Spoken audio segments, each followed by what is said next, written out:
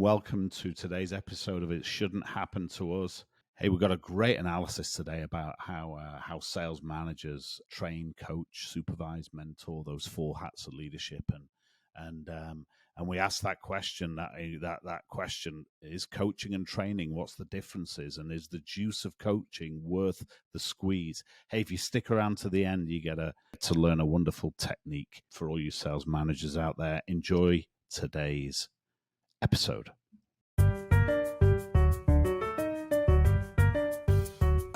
Hey, everybody, and welcome to the It Shouldn't Happen to Us podcast, where your wannabe sales gurus come at you from the heart of Miami with tales of woe from the field. This is Carlos and Sophia, and just like you guys, we're building sales and we're building sales teams, and we get the struggle.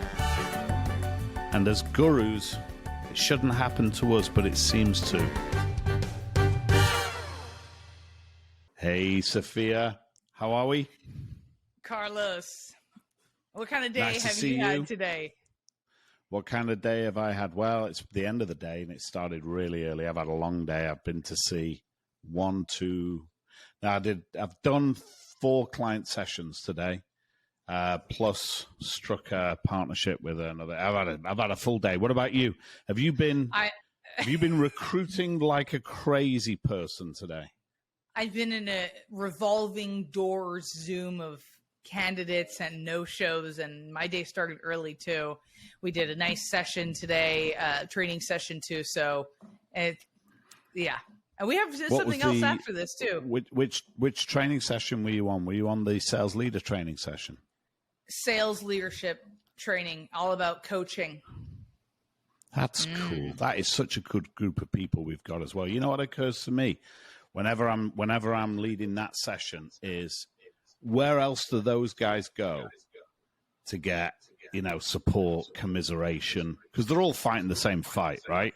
They're all fighting with a sales team who, they don't want to do it. They want to externalize. It's like, not my fault, boss. It's the leads. It's the CRM. Our competition's cheaper. The market's gone soft. They're all fighting the same demon, right? And there's nowhere else. And I think that's a cool. I think that's a cool program that we bring to our clients. How many did we have there? About 80. About 80 people in the room. Nice. Okay. So what was the topic? Well, funny. The topic was all about coaching. And, sales managers have those 4 hats of leadership: supervising, which is the numbers part of the gig, which is really important, where I would imagine most leaders spend the bulk of their time is in that supervisor role. Then we have the coaching, not to be confused with training. Well, that's another role. The training role. That's another role. Yeah. Then we have training. And then we have mentoring. And so that's right. It was a really great session all about coaching. And it was very evident. That's the hot one, right? Yeah, it was pretty button. evident. Yeah. At the top of the session, we were quick to realize that there's some blind spots, some coaching blind spots, because we all think we're good coaches. We all think we're pretty good coaches. We all think I think I've got good taste, and I think I'm a marvelous singer. But everyone thinks they've got good taste. Everyone thinks they're a marvelous singer, and everybody, especially sales leaders, fabulous coaches, right? Until they figure out what coaching really means, and that can be a bit of a shock. Were they a bit shocked when you said everyone was shocked? It was cool because we did a lot of role plays, like live. So me and Alana, our colleague, we did a live simulation for the group. My name was Bob in the simulation. It was cool. You were Bob. Were you Bob the sales manager or Bob the salesperson? I was the salesperson, and it was really useful because we always, our clients, we give them a lot of tools. I make a good Bob. I feel you make a good Bob. That's good. Good for you. Come back in another life as a Bob. Yeah. Bob gives me best dad ever mug, and maybe likes to listen to polka, maybe a little polka dance. Anyways, Yeah, so it was a lot of blind spots, and we did a live simulation, and we asked clients to give, for example, their contract at the beginning, an agenda for a coaching call, what they might do currently, and then me and Alana kind of showed everybody how it's done, and it was like night and day.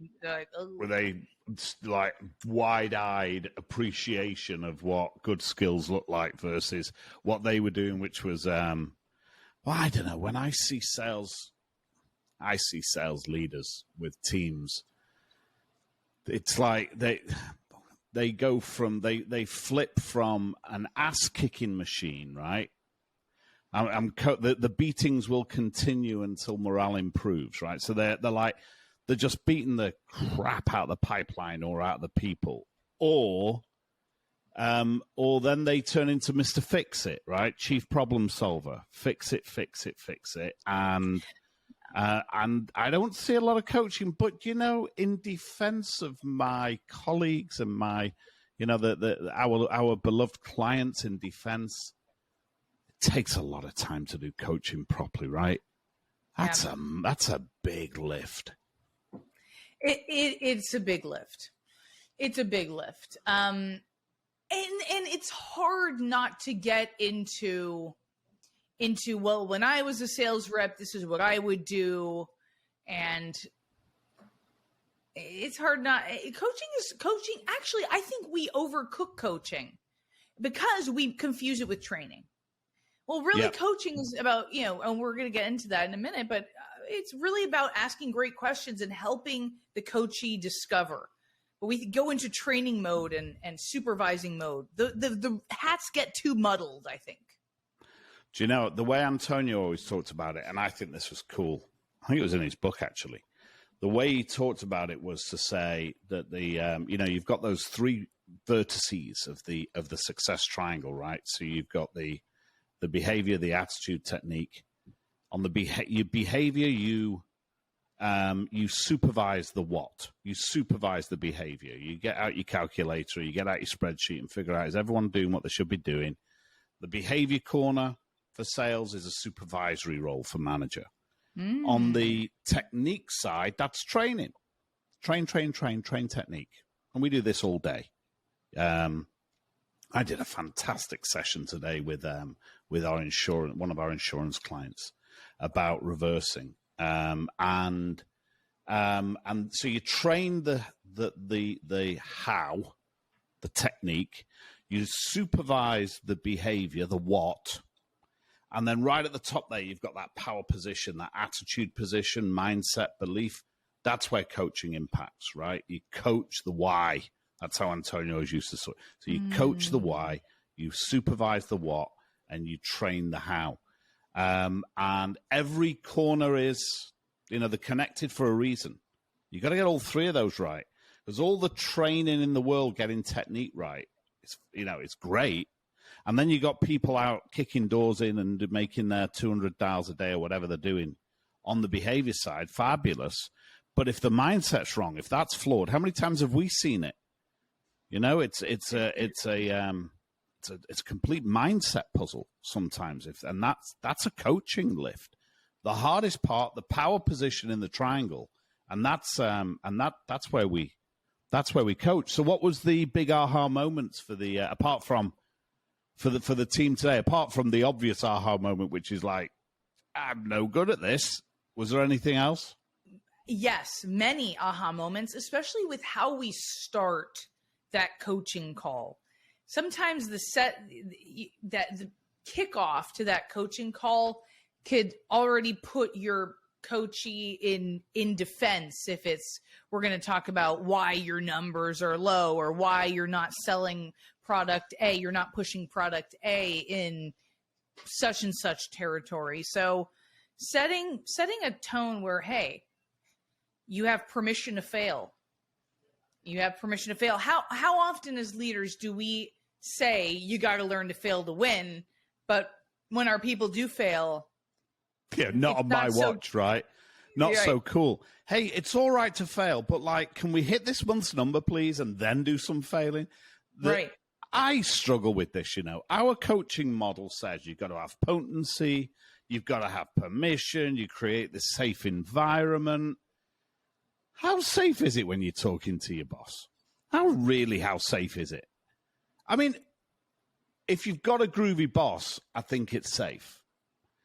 But if, you know, I think, and we've seen it, right? We've seen some of those bosses in our teams, in our clients, where they're not groovy.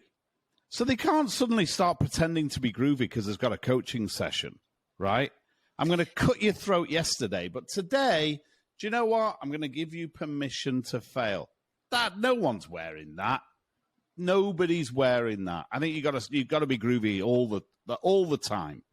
Otherwise, it isn't going to land well, right? It isn't going to land well. That's so true. If you open door policy, there's no open door policy if you're scared of your boss.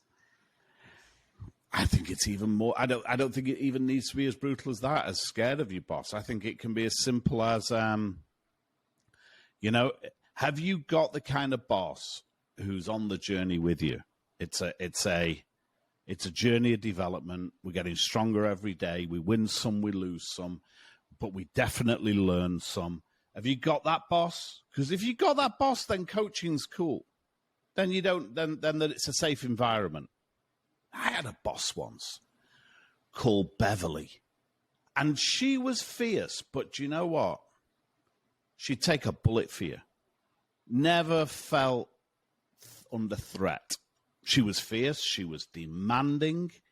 And I do hope, Beverly, that in fact Beverly, I'm going to send you a copy so you can, I'm going to send you a link to this episode so that you hear your name mentioned. But let me tell you, Beverly, fierce, super smart, but she'd take a bullet for you. She'd protect a team, and we're in it together. We're in the trenches together. And I learned a lot from Beverly, an awful lot. You know, there are those bosses you've had in your life which you can sort of chart your success, chart your journey. And she was one of those. Thanks, Beverly. I'm going to send you a copy of this. Thank you. Coaching, I don't know how much coaching she did. She did a lot of teaching. I think she did some coaching, but she had a very senior team. But she did a lot of teaching. She was cool. But isn't that is a confusion a lot of leaders that we work with make is, am I teaching? Am I a counselor today? Am I a teacher today, or am I a coach today? And teaching ain't coaching, and coaching ain't therapy either, right? Coaching ain't therapy. Fixing ain't coaching. In your mind, where does role playing fit? Is that coaching or teaching? I think it's coaching, no? I think it's. I'll tell you why I think it's coaching. It's because I think it can be in both settings. I think you can put role play as a tool into both settings. I think it more naturally fits with training, actually, but it's absolutely a tool for coaching, because you've kind of, as a leader, you've got to know what to coach. How are you going to find out what to coach? If you're not either out with your team, getting doing the ride-alongs, seeing them in action. You've got to see them in action. You either do that live with them with live ammo, or you see them in action in role play. Either way, I think training issues arise in the data, but I think coaching issues are visible in observation. And go ahead. I had a boss who I really, really didn't love. I won't Don't mention their name. I won't mention his name, but he was terrible and sexist and all these things. And his sales huddles were so bad. He would play. I think anyone listening to this podcast who's been selling for 5+ years has probably had a boss that plays a Rocky video, or that I forget that video of the guy in the military of make your bed every day. They play the Admiral. They play some. That's cool, actually a good video. No, they're great. They're great videos, yeah. But that doesn't counteract terrible coaching. So they'll play a video like that, and then they'll on the spot say, all right, let's do some role playing. Okay, Alina, I want you to roll. We got a new package we're trying to push for this month. I want Alina to role play, how she might push this thing. And then Alina's there like, oh, right? Versus the leader, okay, Mr. Manager, you do it first. You do it how you might do it. Yeah. Then get some volunteers, maybe, right? Creating a safe environment for it to be awkward. A role-playing session, the time to practice is not the Super Bowl, right? Or La Copa Mundial, right? But the leader has to get vulnerable and do it too. He would never do the role play, which would always be everyone would be sitting there like, please don't pick me because I'm going to butcher it. He was an example of someone who was a terrible, terrible coach.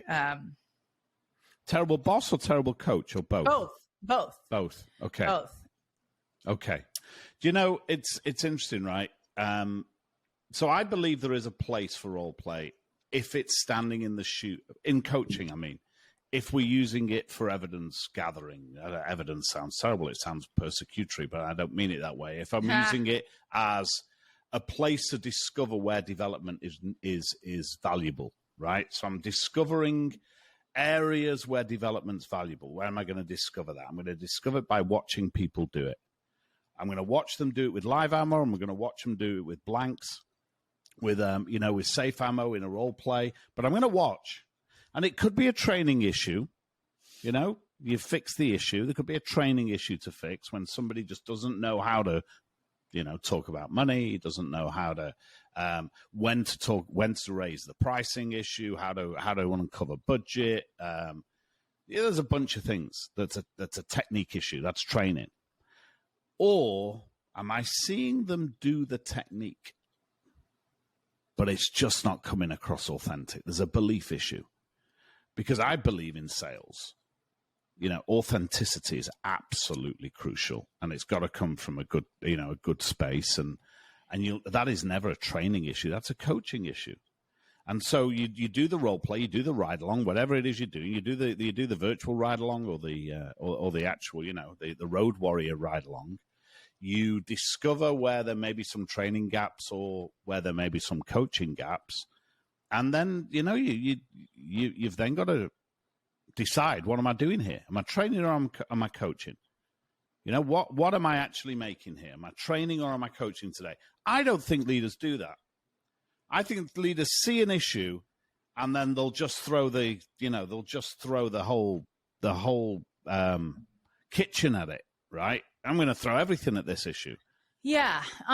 In a coaching session, you really want to figure out together, salesperson and their leader, what is holding them back? Is it technical? And they won't, knowing very well that the coachee might not know, and it's the coach's job to sort of give them a buffet of things it might be, so that the coachee can discover what it is. Is it a beliefs issue? Is it, I don't know the rap. I don't know how to present this in a way where I'm an engineer. I don't know how to present this in a way that doesn't talk about features, benefits, coils, voltages, and watts.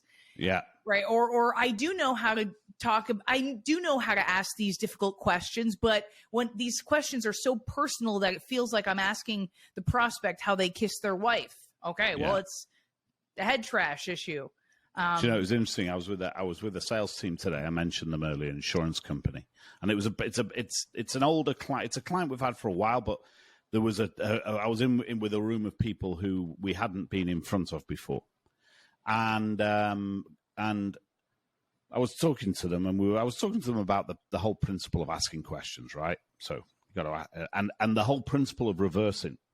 Mm-hmm. Which is a coaching principle as much as it's a sales principle in my mind. I mean, it's the principle of reversing, the principle of answering a question with a question. So I was talking to them about this, and one of the guys, he was a sweet guy. Leo, if you're watching this, Leo, talking about you again, buddy. So Leo said, well, I don't understand. What do you mean? Why don't you answer the question? So I said, okay, then let's do it. Let's do it, bud. Let's do it. I'll play sales guy. You play prospect. Tell me the question you get asked a lot. And he said, I get asked, how many carriers do we access? They're an insurance agency, right? How many carriers? And I said, okay, cool, give it to me. And the guy said, well, don't you need to know the answer?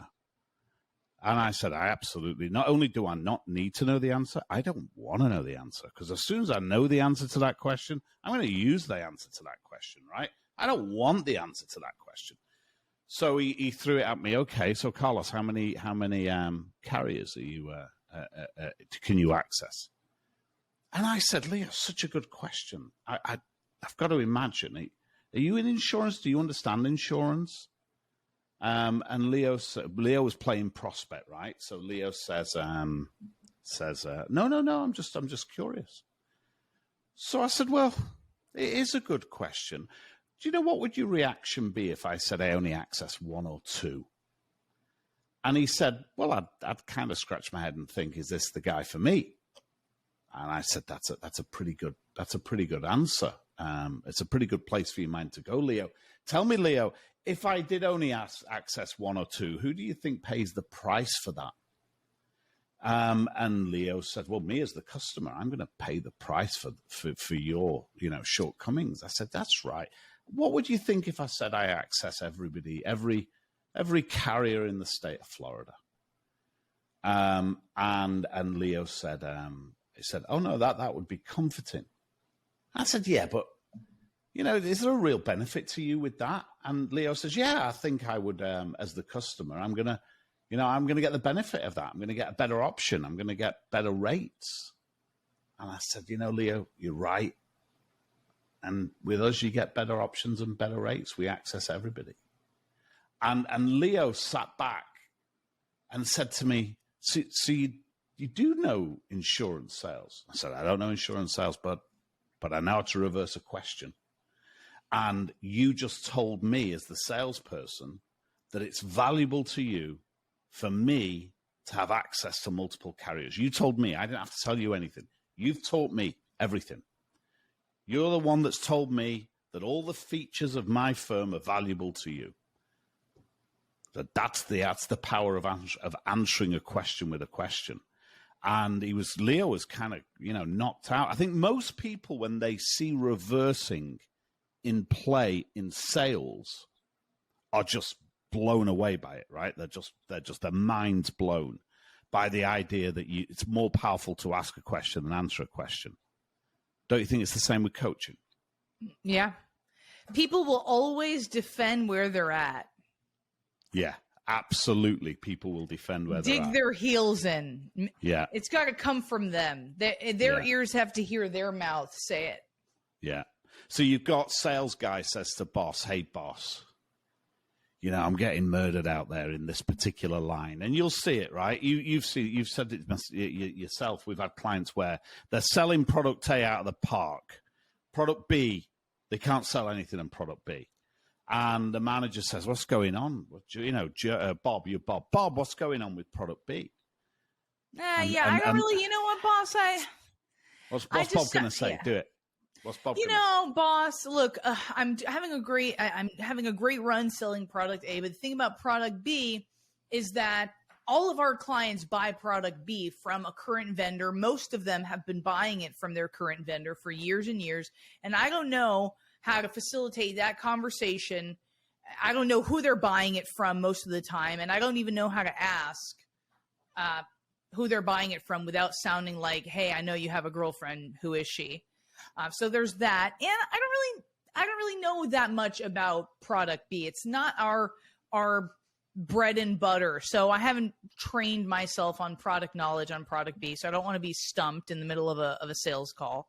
So it's a couple things. And maybe I just don't really think product B is that sexy, to be honest with you. So you're not jiving with product B. Hey, listen, first of all, I think it's cool that, we've both of us got the, what do they call it? That mirror intelligence, right? We've got that self-awareness, that mirror intelligence to identify it. You're not jiving with product B. You tell me, is it important that we sell product B, or does the team abandon product B? What do you think? I mean, it would be a good upsell for sure. Give me an example of something that that we could do to product B to get you excited. Get you excited by it. I guess I probably need more training. More training Such on as? product B.